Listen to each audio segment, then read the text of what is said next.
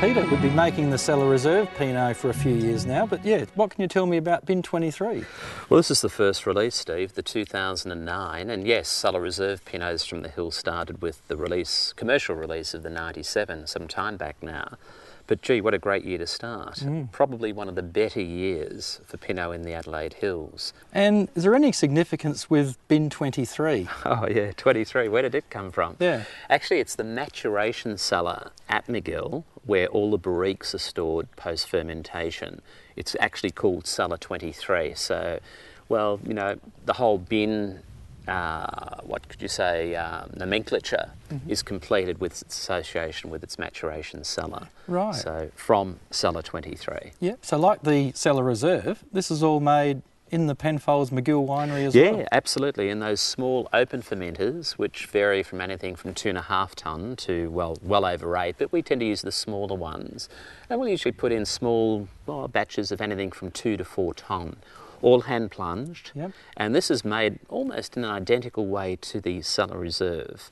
It will, though, get fruit from slightly younger vineyards. It will have, though, access to the same number of clones, anything up to probably 8 or 9 different clones of Pinot Noir, but all from the Adelaide Hills. Yeah, and company, growers, fruit? Yeah, a little bit of company, Penfolds owned vineyards, but we've had a great association now going back almost 15 years with growers in the hills.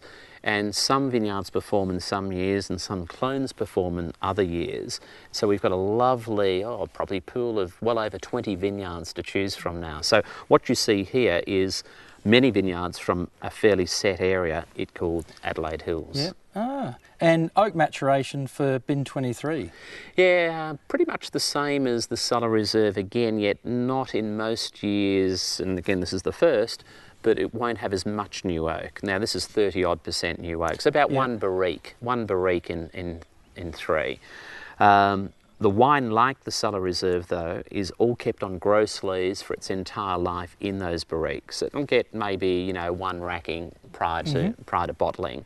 So that minimises the use of sulphur dioxide, and it's just a lovely old-fashioned way of making wine. In fact, this is a very simplistic way of making wine. It comes in, we retain some whole bunches, wild ferment, always a wild ferment. No yeast at all? No inoculation, and then the plunging starts.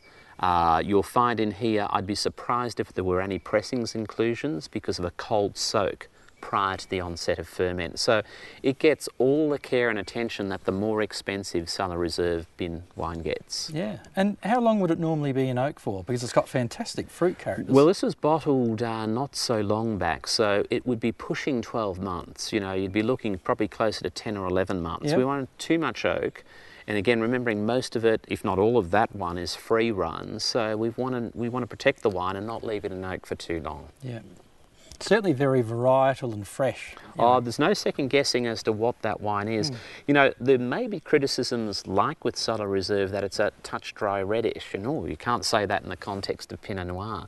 But we're building these wines, and I use the term building intentionally, to go the longer term. So resultingly, the wine does have a little bit of power. Yep. There are tannins there, but they're Pinot Noir tannins. I wouldn't say the silkiness is there just at the moment, but this wine needs a little bit of time. Yeah, so what would you suggest for cellaring potential?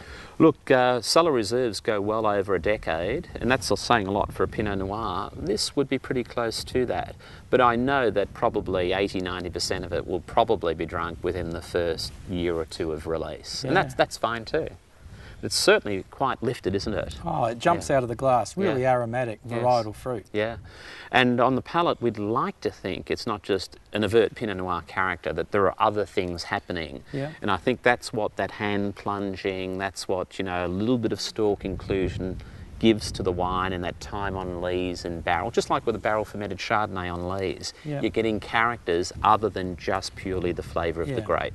Yeah, well, I think the 09 Bin 23 looks fantastic, so I look forward to this style evolving over the next few years. Yeah, well, this is history. This is the first bin Pinot Noir for Penfolds. So, cheers.